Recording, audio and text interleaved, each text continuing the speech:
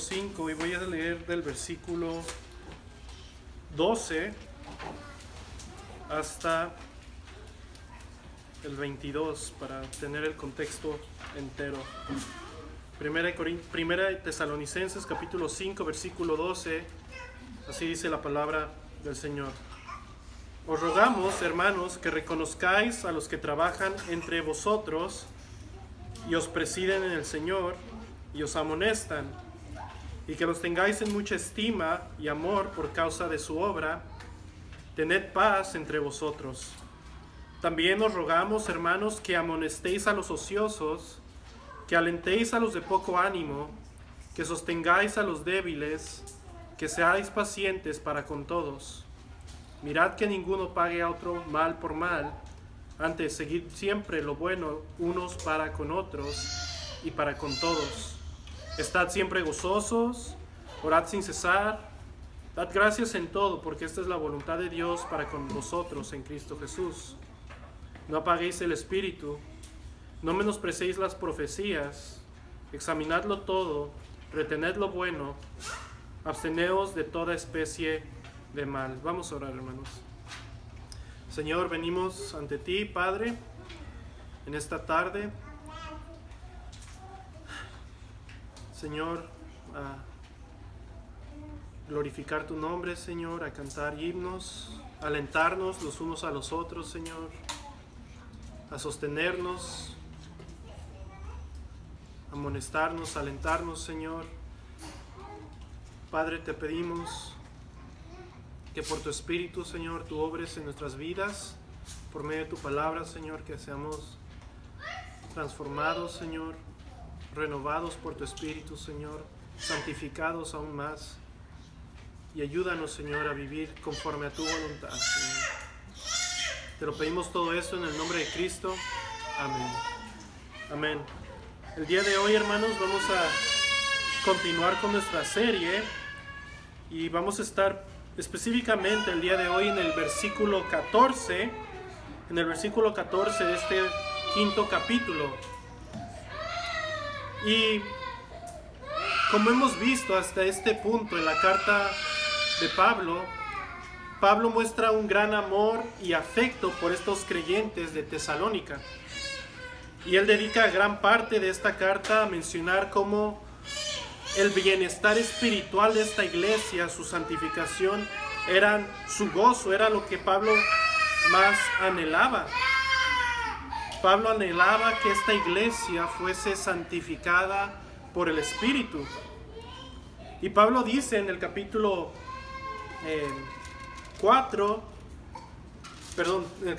3, que esta era la gloria y el gozo de Pablo, que los creyentes fuesen presentados santos delante de Dios en su venida.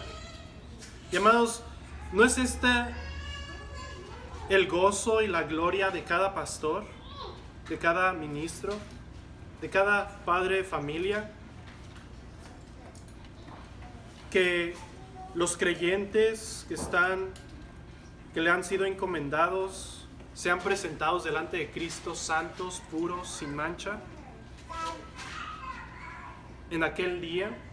Y hermanos, este es el trabajo y el anhelo que todos debemos tener, ser presentados delante de Cristo santos. Un día vamos a estar delante de su presencia. Y esto es lo que Pablo más anhelaba para esta iglesia, era por lo cual Pablo predicaba y se esforzaba, instruía a la iglesia. Y Pablo instruyó a esta iglesia de Tesalónica tanto en asuntos teológicos. ¿Recuerdan? Él enseñó acerca de la resurrección, él les enseñó acerca de la venida del Señor, pero también les enseñó cosas prácticas, ¿recuerdan? Él les enseñó y les instruyó de cómo ellos debían de vivir. Ellos debían de vivir una forma ordenada en la voluntad de Dios, que precisamente es su santificación. Una vez más, hermanos, recordemos que la teología, la doctrina, tiene que moldear cómo hemos de vivir. Y así que por un lado les animamos y les exhortamos a que crezcan en conocimiento de Dios. Pues solo a medida de cómo conocen a Dios se va a reflejar en sus vidas prácticas. Deben crecer y debemos crecer todos cada día más, cada semana más, cada mes, cada año más en nuestro conocimiento de quién es Dios. Pero una vez más, este conocimiento debe después ser reflejado en una forma de vivir que le agrada al Señor. Una vida santa, una vida ordenada delante de Él. Y una vez más, porque todos vivimos como creyentes, debemos vivir con la mira puesta en la venida de Cristo. Y así Pablo los instruyó a los tesalonicenses, ¿recuerdan? Y ahora llegamos a esta última sección, al capítulo 5 de este libro. Y lo primero que vimos en el versículo 12 y 13, la última vez que estuvimos, vimos cómo Pablo ahora pasa a instruir a la iglesia en cosas prácticas. Y vimos que Pablo le dice a la iglesia que deben estimar, deben tener en gran honor a sus pastores, pues ellos estaban trabajando precisamente para este bien de ellos. Y así, hermanos, nosotros una vez más debemos estimar a nuestros pastores, porque ellos ven por nuestro bien eterno. Y al día de hoy vamos a estar considerando el versículo 14. El versículo 14, en donde Pablo continúa sus instrucciones a la iglesia, a los hermanos de la iglesia. Y vamos a ver cómo Pablo ahora exhorta a los hermanos y les ruega a que sean responsables, que consideren cómo debe ser su conducta y su responsabilidad los unos para con los otros. Ya vimos la responsabilidad con el pastor, con los ministros, con los líderes, pero ahora Pablo les va a decir qué deben hacer en relación a ellos mismos como miembros, como ovejas. Y así vamos a ver, hermanos, que Pablo les dice que debemos amonestarnos los unos a los otros, debemos alentarnos, soportarnos y ser pacientes los unos con los otros. Y así, hermanos, quiero que el día de hoy podamos aplicar estas exhortaciones de Pablo a nosotros, a nuestra vida. Y vamos a ver en particular cómo Pablo aplica cada una de estas acciones, amonestarnos, alentarnos, a hermanos específicos dentro de la iglesia. Pues una vez más, todos estamos en una diferente etapa de nuestro caminar cristiano. Y el día de hoy, hermanos, quiero que podamos ver y poder aplicar esta exhortación de Pablo para nosotros.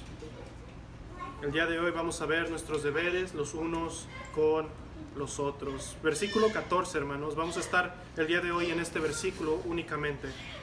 Vamos a leerlo. Dice: también os rogamos, hermanos, que amonestéis a los ociosos, que alentéis a los de poco ánimo, que sostengáis a los débiles, que seáis pacientes para con todos. Aquí Pablo una vez más, ahora pasa a exhortar a los hermanos. Noten cómo dice el versículo 14 al principio: también os rogamos, hermanos. Pablo se está dirigiendo a toda la congregación, a todos los miembros de esta iglesia local.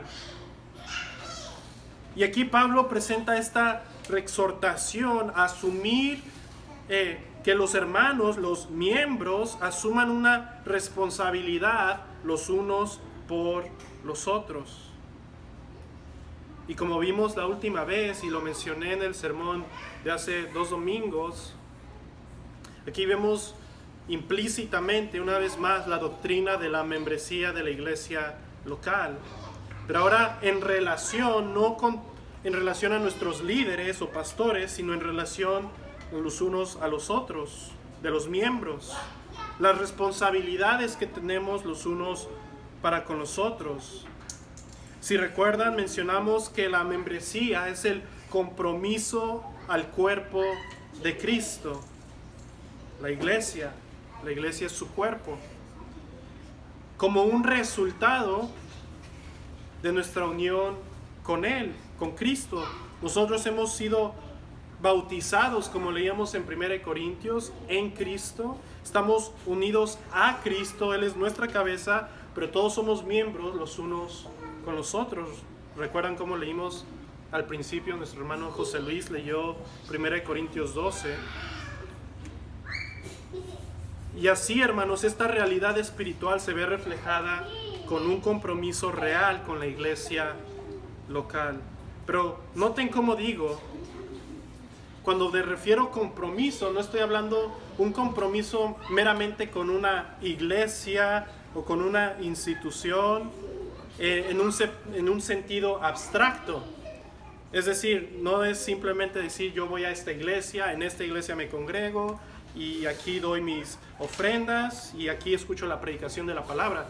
Cuando me refiero a un compromiso, estoy refiriéndome a un compromiso con los miembros de esa iglesia y obviamente, como vimos hace unas semanas, con los pastores. Es un compromiso real, es un compromiso con personas, es un compromiso con personas que tienen nombre, apellido, que están viviendo en circunstancias y cada uno va en un diferente caminar en la vida. Es un compromiso con los miembros, con otros miembros del cuerpo de Cristo. Les recuerdo como dice 1 Corintios 12, 25. Los miembros todos se deben preocupar los unos por los otros. Esto es 1 Corintios 12, 25. Los miembros se deben preocupar los unos por los otros. Si no han tenido oportunidad de leer el pacto de nuestra iglesia, lo pueden pedir y se los podemos hacer llegar. Pero en el pacto de nuestra iglesia, solemnemente delante de Dios, nos comprometimos delante de Dios y de los ángeles y de toda la iglesia. Escuchen cómo dice una sección de nuestro pacto como iglesia. Nos comprometemos a cuidarnos unos a otros con amor fraternal. Nos comprometemos a amarnos y a cuidarnos con amor fraternal. ¿Se dan cuenta que cuando hablamos de compromiso no estamos hablando algo nada más espiritual o abstracto, sino que es algo real? Te pregunto el día de hoy, hermano, ¿estás comprometido con la iglesia local? O aún más exacto, ¿estás preocupado por los hermanos? ¿Te preocupa su vida, su alma? ¿Estás comprometido con cada uno de tus hermanos que están sentados aquí? ¿Te has comprometido a cuidar a tu hermano que está aquí? Así, hermanos, les ruego, y como Pablo ruega en este pasaje, que nos cuidemos los unos a los otros.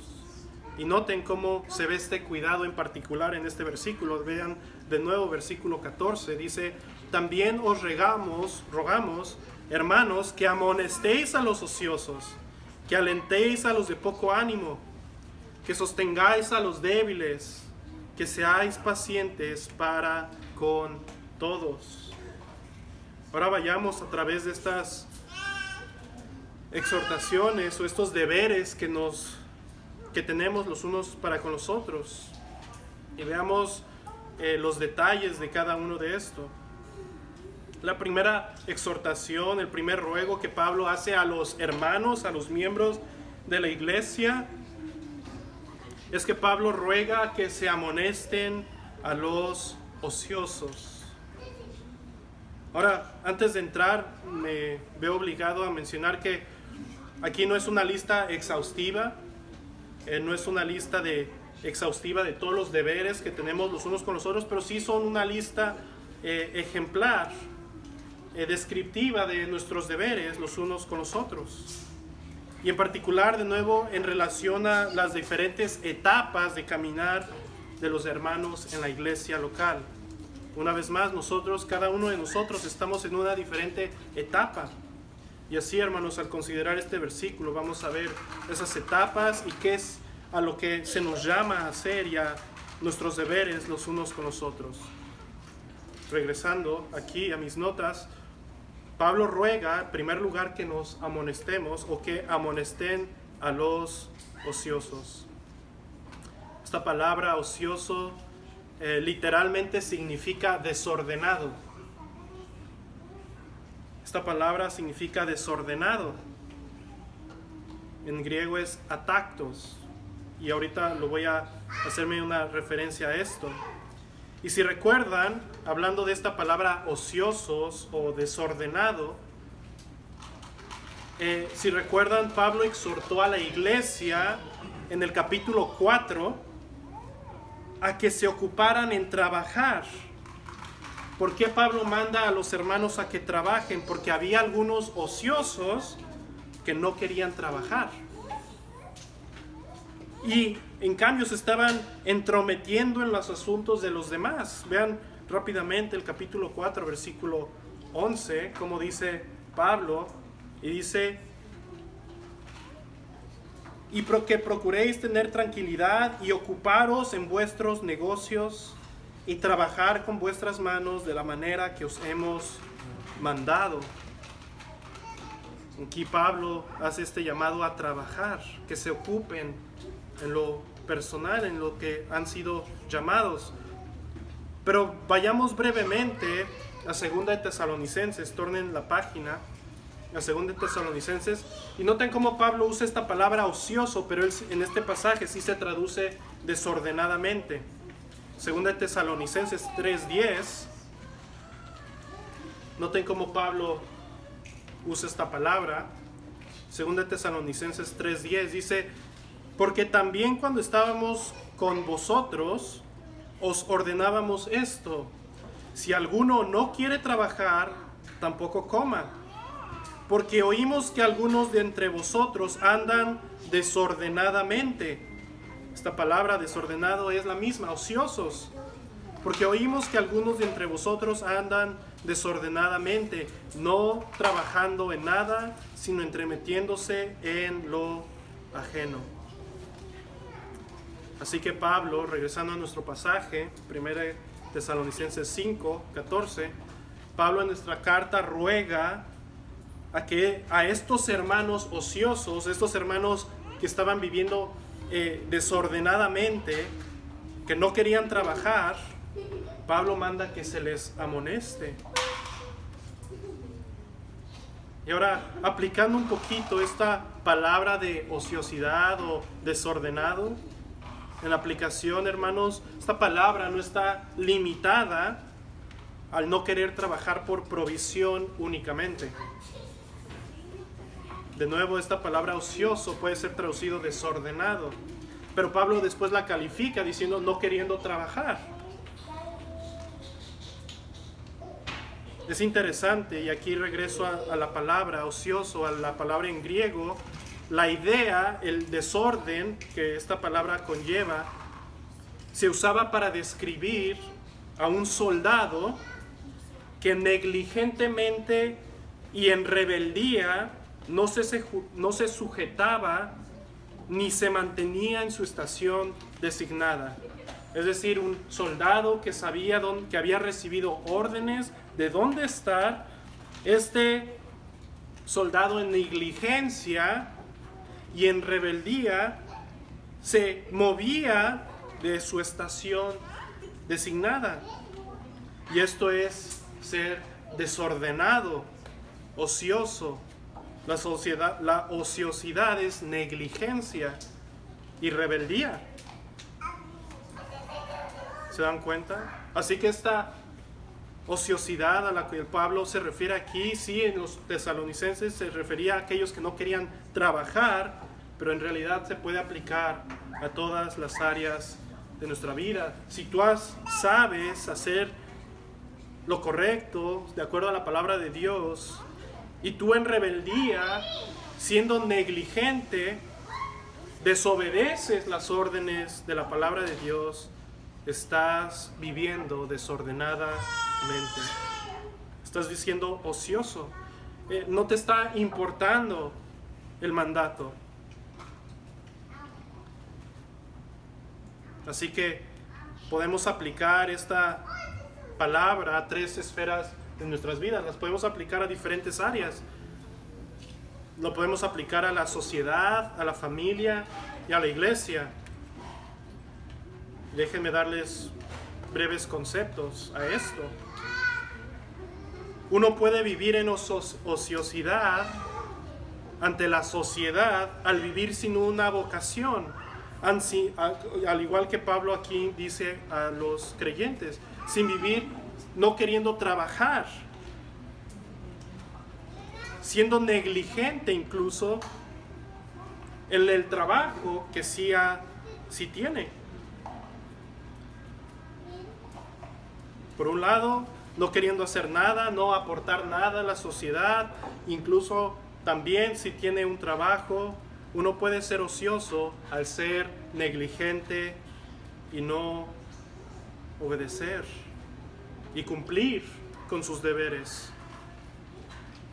Escuchen esto, hermanos, un creyente que no aporta nada para el avance de la sociedad, y esto me refiero a luz de Cristo, a luz del Evangelio, el avance de la sociedad en vivir una vida justa, siendo honrado en su trabajo, promoviendo la justicia y el bien en su trabajo. Un creyente que es portador de la luz de Cristo, si no aporta nada a la sociedad, y en contraste se la pasa en su casa, viendo la televisión o haciendo cualquier otra cosa, esto trae deshonra al nombre de Cristo. Por eso Pablo le dice a los tesalonicenses, hey, vivan ordenadamente, trabajen, ocúpense en lo suyo, para que así la palabra de Dios no sea blasfemada. No tengáis necesidad, dice Pablo en el capítulo 4, no tengáis necesidad para con los de afuera, sino trabaja, ocúpate delante de la sociedad. Pero también sociedad la podemos aplicar a nuestra casa, a la familia. Un creyente es ocioso y es negligente en no cumplir sus responsabilidades para con su familia, tanto físicas, no trabaja, no provee, no quiere trabajar en el hogar como madre, porque esto de nuevo aplica tanto para el hombre como para la mujer. No quiere cuidar a sus hijos, cuidar su casa, pero tampoco es responsable en los asuntos espirituales. De nuevo, seas esposo, esposa o hijos incluso. Esto también es deshonroso y estás viviendo desordenadamente. Estamos viviendo desordenadamente si somos negligentes, ociosos, no haciendo lo que sabemos, sea en lo práctico, en el día a día o en cosas espirituales también. Y finalmente en la iglesia, hermanos, uno es ocioso dentro de la iglesia cuando no quiere asumir responsabilidad en la iglesia. No asume la responsabilidad con sus hermanos y al mismo tiempo no crece espiritualmente. Aquel que es negligente en sus deberes espirituales para con sus hermanos, que no trabaja en la iglesia, no sirve en la iglesia, una vez más está viviendo desordenadamente. Hermanos, no vivamos en ociosidad, no vivamos desordenadamente, no perdamos el tiempo en ninguna área de nuestras vidas, en la sociedad, en la familia o en la iglesia. Debemos trabajar, esforzarnos y asumir responsabilidad. Y noten cómo dice Pablo, para aquellos que viven en ociosidad, Pablo dice, lo siguiente, versículo 14, también os rogamos, hermanos, que amonestéis a los ociosos. Y una vez más enfatizo que este llamado no es únicamente a los pastores, aunque los pastores amonestan de una forma oficial, delante de la congregación como los líderes, pero una vez más noten, hermanos, que aquí la responsabilidad es a cada uno de nosotros. Pablo dice que cada miembro debe amonestar a los ociosos, a los que están caminando desordenadamente en algún área de la vida, no queriendo obedecer la palabra de Dios.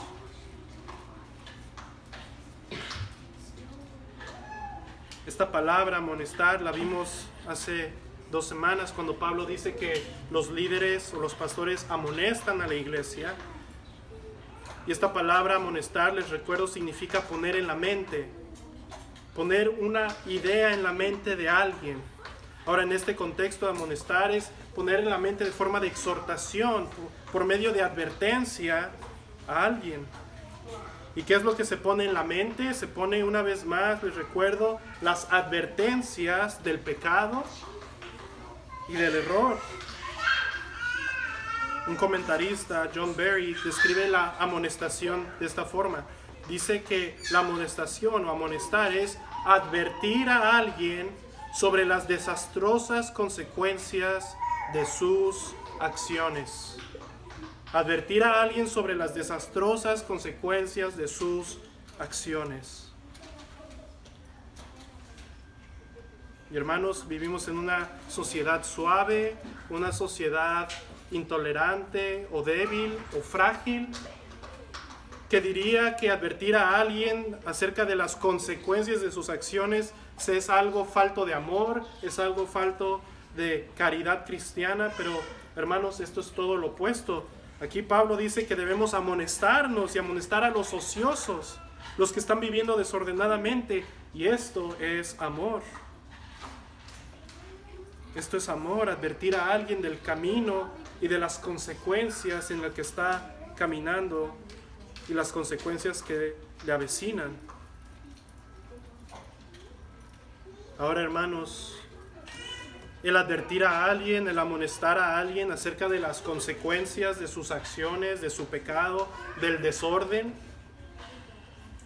esta responsabilidad que tenemos los unos para con los otros, especialmente con aquellos que están viviendo desordenadamente, hermanos, debe hacerse con amor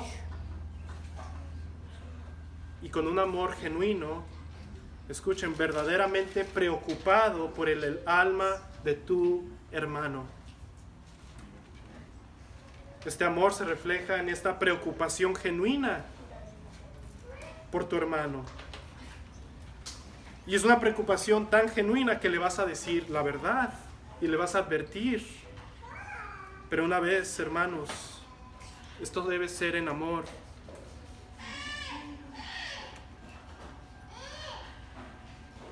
Así que, hermanos, si tú vas a amonestar a un hermano que está viviendo desordenadamente, tú debes primero considerarte a ti mismo. Tú debes considerar tus motivaciones. Si verdaderamente estás preocupado por tu hermano, simplemente estás respondiendo tú en tu emoción a algo. Considérate a ti mismo, tus motivaciones. Segundo, debes considerar una vez más si verdaderamente has observado un patrón de desorden o pecado bíblico.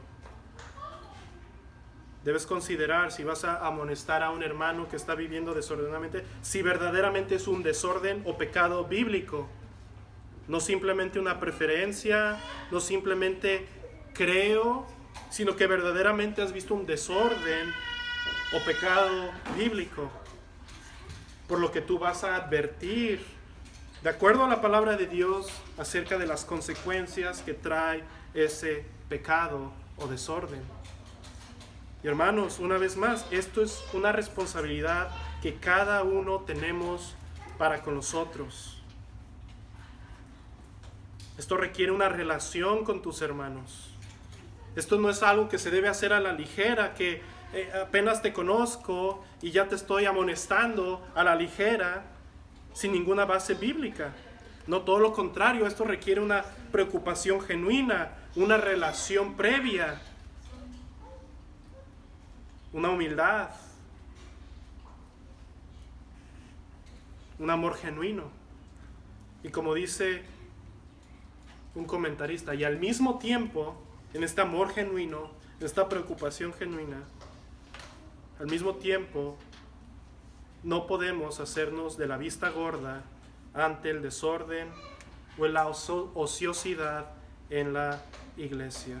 Una vez más, vivimos en un contexto cristiano el día de hoy, donde en nombre de la paz, en nombre de la unidad, en nombre del amor cristiano, muchas veces nos hacemos de la vista gorda ante el pecado, la ociosidad o el desorden. Y aquí Pablo dice que debemos amonestar a los ociosos, no hacernos de la vista gorda, sino hacerlo. Y esto es una responsabilidad que cada uno de nosotros tenemos. Y escuchen, hermanos, en este punto va a ser el punto que más vamos a pasar. Pero este punto es importante, porque este punto, cuando lo consideramos a luz de las Escrituras, nos damos cuenta que esta amonestación a la que Pablo está llamando aquí a la iglesia a ser para aquellos que están viviendo desordenadamente, es el primer paso en la disciplina bíblica. ¿Recuerdan? Si tu hermano pecare o pecare contra ti, ¿qué vas a hacer? Ve tú solo y repréndele en privado. Ve y amonéstalo. Ve y exhórtalo. Ve y adviértele de las consecuencias del pecado que has visto. Ahora, aquí en lo práctico, hermanos, este sermón es bastante práctico en relación a estos temas de la exhortación. En este punto de la disciplina es importante notar que en lo práctico, en sabiduría, muchas veces es sabio, si tú has visto verdaderamente un desorden o un pecado en tu hermano, es sabio primero no hacerlo saber a todo mundo según el orden bíblico, pero sí es sabio, hermanos, comunicarlo en ocasiones, depende del grado del pecado, comunicarlo a los pastores. Ahora, esto no es para que los pastores vayan y también se junten contigo y reprendan al hermano, sino que es sabio que los ancianos sepan para saber si esto es una práctica continua y otros ya han comunicado lo mismo al pastor. Y esto no nada más es para que los pastores sepan, sino también para que estén orando por ti cuando tú vayas a amonestar a tu hermano. Y si tú amonestas a ese hermano y se arrepiente, gloria a Dios, hasta ahí quedó la situación. Y una vez más estoy hablando de sabiduría. Estoy hablando de sabiduría en este paso.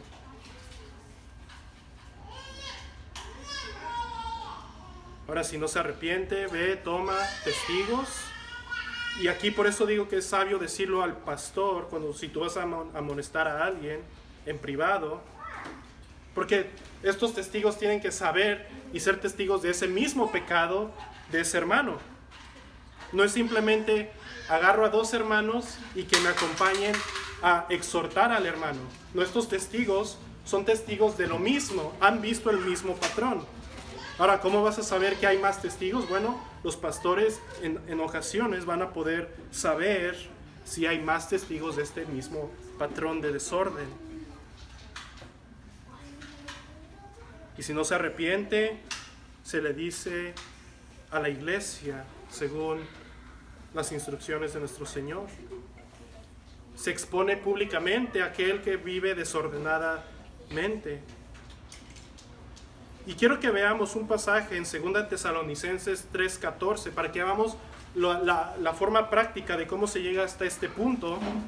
Noten este ejemplo bíblico que estamos viendo de hermanos que no querían trabajar y que Pablo en esta primera carta les dice: vayan y amonesten al hermano. o a los hermanos. En este caso parece ser que había más. Noten cómo parece ser que estos no se arrepintieron. Segunda Tesalonicenses 3:14, vean conmigo brevemente. Segunda de Tesalonicenses 3:14 dice así: si alguno no obedece a lo que decimos por medio de esta carta, a este señaladlo. Este sería el paso después de los testigos, es decirlo a la iglesia. Se señala delante de la iglesia y dice Pablo, versículo 14 de 2 Tesalonicenses 3, dice: si alguno no obedece a lo que decimos por esta carta, a ese señaladlo y no os juntéis con él para que se avergüence. Versículo 15: mas no lo tengáis por enemigo, sino amonestadle como a hermano. ¿Se dan cuenta? Todavía no llega la excomunicación de la iglesia, sino que cuando se le dice a la iglesia, se señala delante de la iglesia, mas no lo amonestamos como enemigo, sino como hermano. Y parece ser que este fue el caso en la iglesia de Tesalónica. Había hermanos que estaban viviendo desordenadamente, a los cuales Pablo dice que los amonestemos. Regresando a nuestro pasaje, versículo 14: también os rogamos, hermanos, que amonestéis a los ociosos, que alentéis a los de poco ánimo. Ahora veamos esta segunda deber que tenemos. El segundo deber, hermanos, que tenemos es alentar a los de poco ánimo. Y aquí la idea de poco ánimo que Pablo dice aquí significa una persona de espíritu débil, o también, aún mejor traducido, mejor explicado, lleva la idea de cobardía, de miedo, a los de poco ánimo que han sido abatidos y que la desconfianza o la cobardía entran en su espíritu.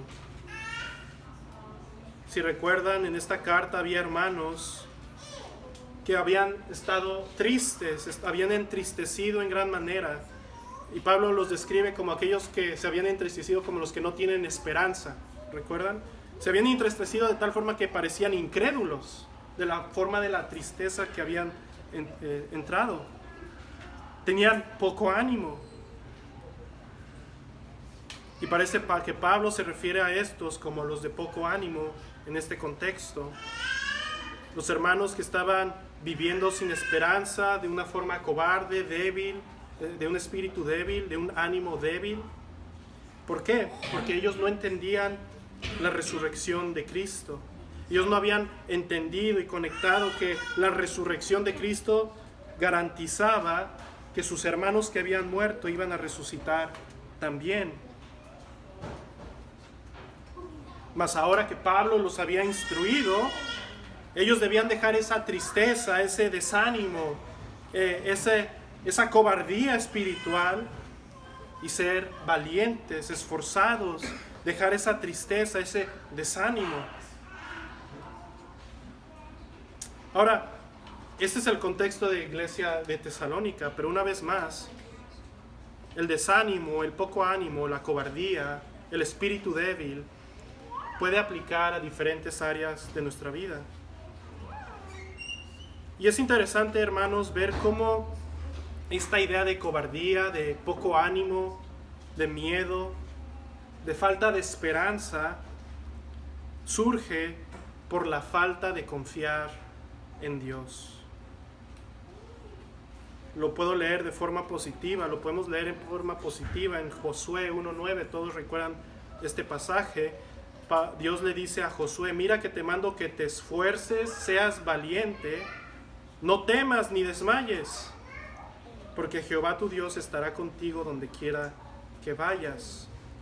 O sea, Dios le dice a Josué que no sea cobarde, que no tenga miedo, que no sea de poco ánimo. Que no sea de poco ánimo, que no se desanime, sino a luz de las circunstancias que él iba a enfrentar. Y le dice: no seas de poco ánimo, no temas, no desmayes, no seas cobarde. sino ten esperanza en quien es Dios, que crea en Dios y que así se esfuerce y sea valiente.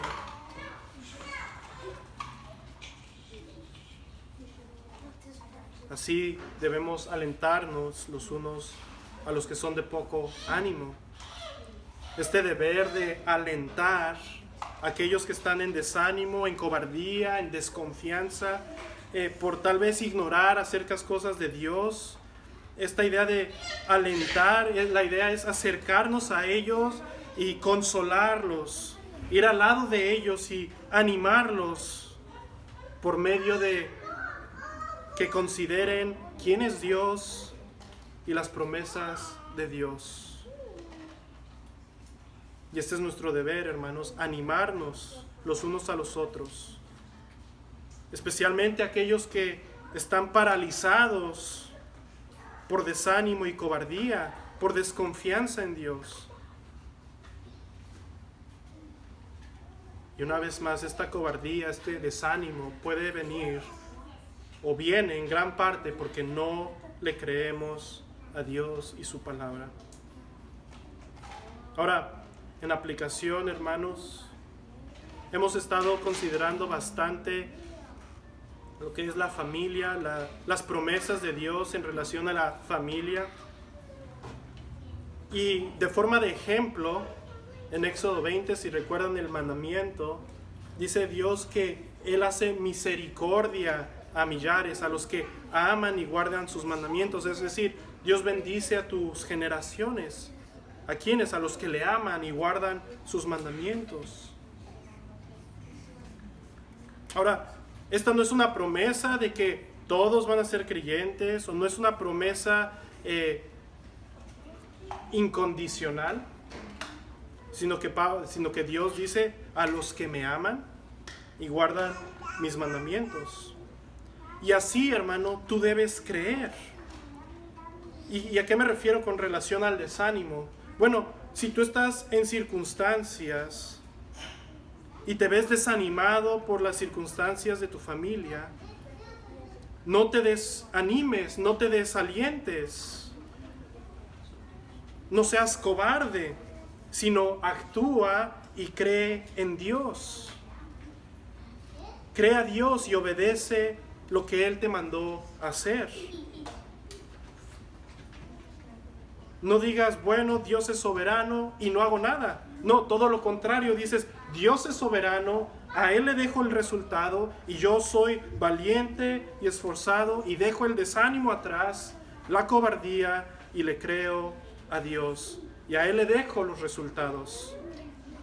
Y esto significa que me voy a esforzar, esto significa que voy a luchar, esto significa que no voy a tener miedo a hacer cambios, pero le creo a Dios. Y una vez más, le dejamos el resultado a Dios. Y esto de nuevo aplica a la familia, pero en cualquier otra área de la vida. Pero tú obedeces a Dios y le amas y le crees. Me gusta cómo dice un puritano acerca de los que son de poco ánimo, los cobardes, los que están en desconfianza. Dice así, el puritano dice, y yo creo que de aquí sacó la palabra el hermano Julio Benítez, porque aquí este puritano usa esta misma palabra. Dice, los pusilánimes, hombres de alma pequeña, como significa la palabra, que no se atreven a emprender tareas peligrosas o que desmayan por el miedo o el sentimiento de aflicciones, o que están abatidos por el sentimiento del pecado y su propia indignidad. ¿Se dan cuenta? Ser de poco ánimo, ser cobarde. ¿Se dan cuenta? Esto a mí me impresionó cuando estudiaba esto, que el poco ánimo es cobardía. La Biblia lo describe como cobardía, miedo. No desmayes por el miedo o por el sentimiento de aflicciones. No te abatas por el pecado, tu propia indignidad, hermano, sino que cobra fuerzas en el Señor y sé valiente y obedece a Dios. Obedece a Dios.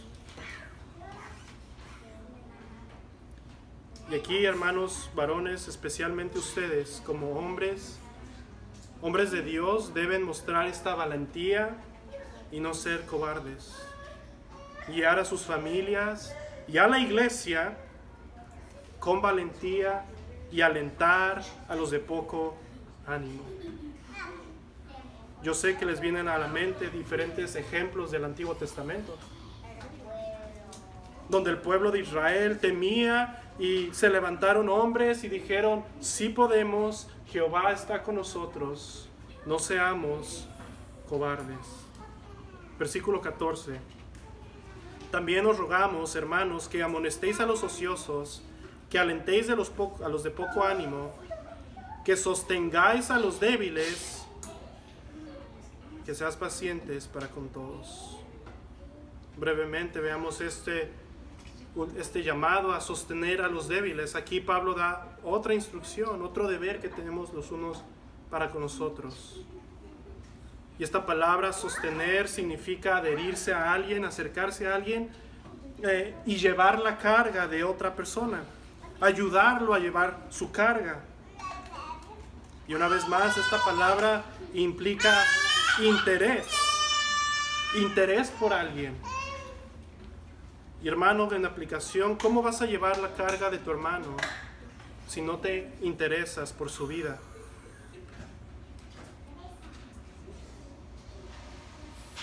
Pablo pide que como hermanos nos interesemos los unos por los otros y llevemos las cargas los unos de los otros. Pablo dice en Gálatas 6:2, dice: sobrellevad los unos las cargas de los otros y cumplid así la ley de Cristo. Y aquí Pablo dice que especialmente de aquellos que son débiles, aquellos que no tienen fuerza en la fe. Ahora, hay dos posibilidades acerca de quiénes son los débiles. La primera postura son los débiles, aquellos que en la conciencia estaban sujetos aún a ciertas costumbres o a convicciones, recuerdan, de no comer alimentos sacrificados a los ídolos. Y Pablo dice que aquí debemos ayudarlos. Lo podemos juntar con Romanos, donde dice que los que son fuertes en la fe no menosprecien a los débiles, sino que los amen, que no se estén peleando. Y segundo, los débiles aquí puede significar también aquellos que no han llegado a una madurez en la fe, que aún necesitan ser ayudados por las diferentes tentaciones o dificultades que tienen al ser bebés espirituales. Yo en lo personal, hermanos, me inclino a pensar que es la segunda opción, que Pablo se está refiriendo aquí en este pasaje a los débiles, a los que son bebés en la fe o no han llegado a una madurez,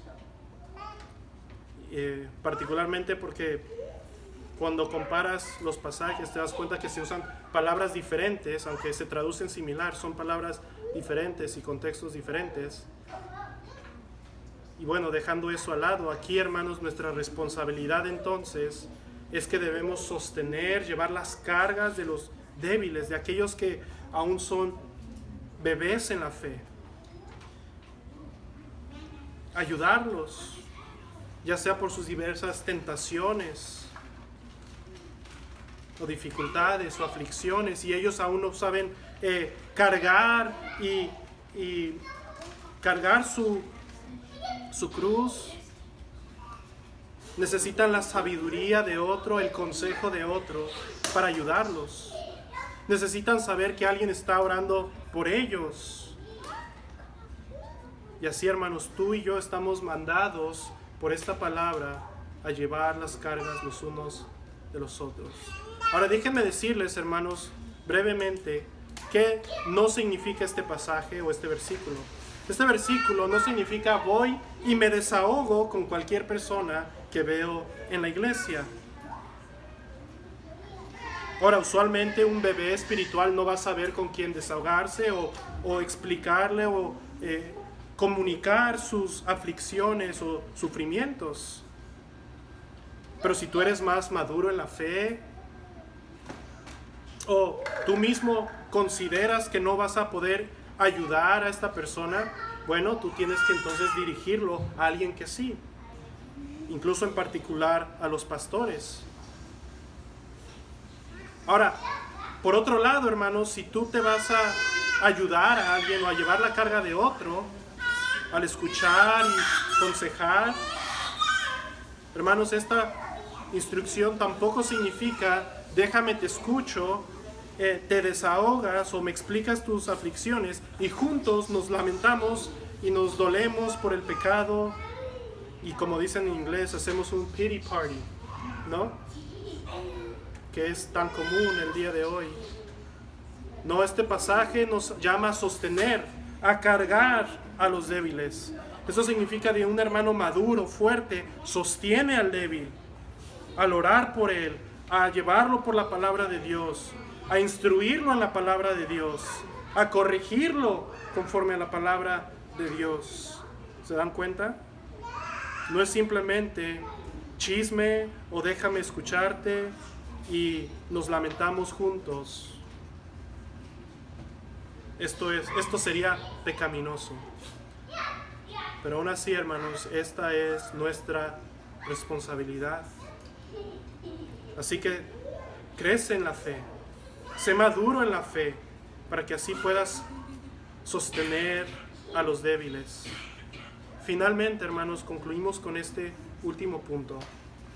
Pablo dice que seamos pacientes para con todos. Que seamos pacientes para con todos. Y vamos a ver este versículo, esta porción de este versículo más en contexto la próxima vez que veamos Tesalonicenses. Pero a luz de estos versículos que hemos visto, estas exhortaciones, estos deberes que tenemos, ¿acaso no son necesarias estas últimas instrucciones? Nuestro deber de amonestar a los ociosos, alentar a los de poco ánimo, a sostener a los débiles, ¿no es esto último punto necesario? Pablo llama a los hermanos de Tesalónica a ser pacientes, y esta palabra paciente significa ser sufrido, lento para airarse, lento para exasperarse, sino ser paciente. Y Pablo dice para con todos.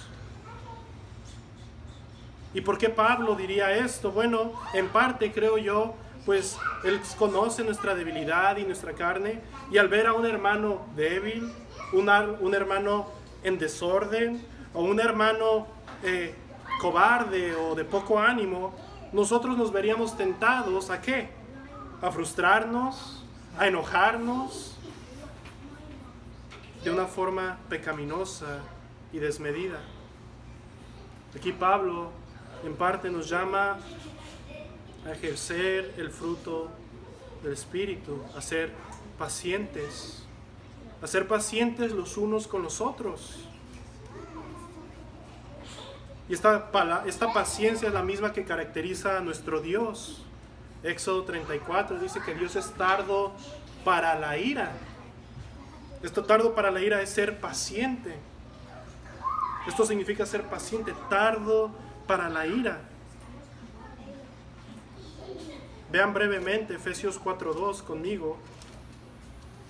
Brevemente, Efesios 4:2 dice Pablo